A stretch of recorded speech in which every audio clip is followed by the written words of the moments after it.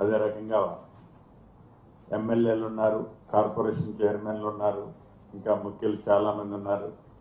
వారందరికీ ఈ కార్యక్రమానికి హాజరైన మీడియా మిత్రులందరికీ, ముఖ్యంగా రైతులతో పాటు ఈ రాష్ట్ర ప్రభుత్వానికి సూచనలు ఇవ్వటానికి, రైతులు ఎలా చేస్తే బాగుంటుందో రాష్ట్ర ప్రభుత్వం నిర్ణయం తీసుకోవటానికి ముందే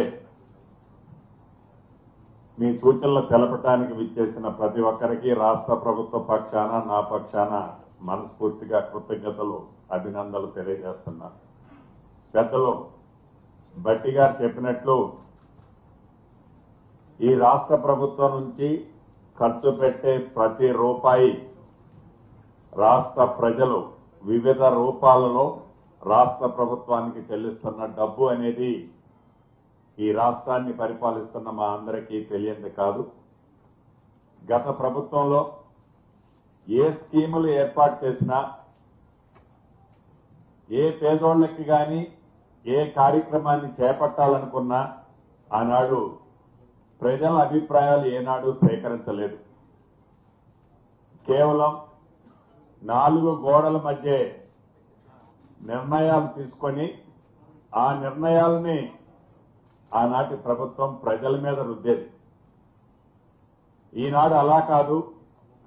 ఏదైతే ఈ సంపద ఉందో, ఏదైతే ఈనాడు ఈ రైతులకు కానీ, పేదవాళ్ళకి కానీ, బడుగు బలహీన దళిత గిరిజనులకి గౌరవ ముఖ్యమంత్రి రేవంత్ రెడ్డి గారి నాయకత్వంలోని ఈ ప్రభుత్వం పేదోడి ప్రభుత్వంగా పనిచేస్తుందో, ఆ చేసే ప్రతి పైసా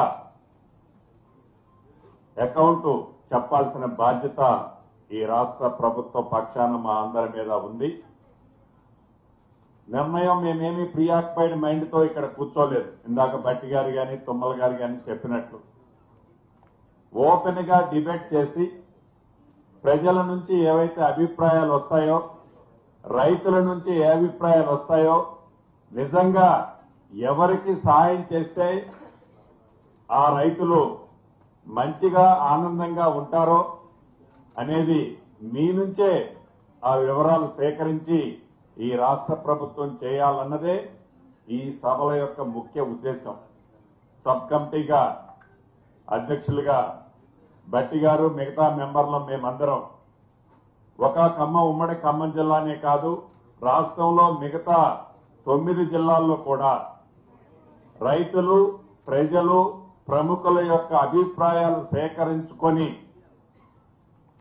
మీ అభిప్రాయాలన్నింటినీ క్షుణ్ణంగా పరిశీలించి ఆ తదుపరి నిర్ణయం తీసుకొని భట్టి గారు చెప్పినట్టు రేపు రాబోయే అసెంబ్లీలో మీరిచ్చే సూచనల్ని అసెంబ్లీలో పెట్టి ఏదైతే ఈనాడు ప్రధాన ప్రతిపక్షం నిన్న మొన్న మాట్లాడుతుంది, అసెంబ్లీ కొద్ది రోజుల్లోనే ఉంది. ఇప్పుడు వీళ్ళు సమావేశాలు పెట్టి ఈ అసెంబ్లీలో చర్చించాలని కానీ, రైతుల్ని ఆదుకోవాలని కానీ ఈ రాష్ట్రానికి, రాష్ట్ర ప్రభుత్వానికి చిత్తశుద్ధి లేదు అని నిన్ననో మొన్ననో ప్రధాన ప్రతిపక్షమని చెప్పుకుంటున్న పెద్దలు కొంతమంది మాట్లాడుతున్నారు.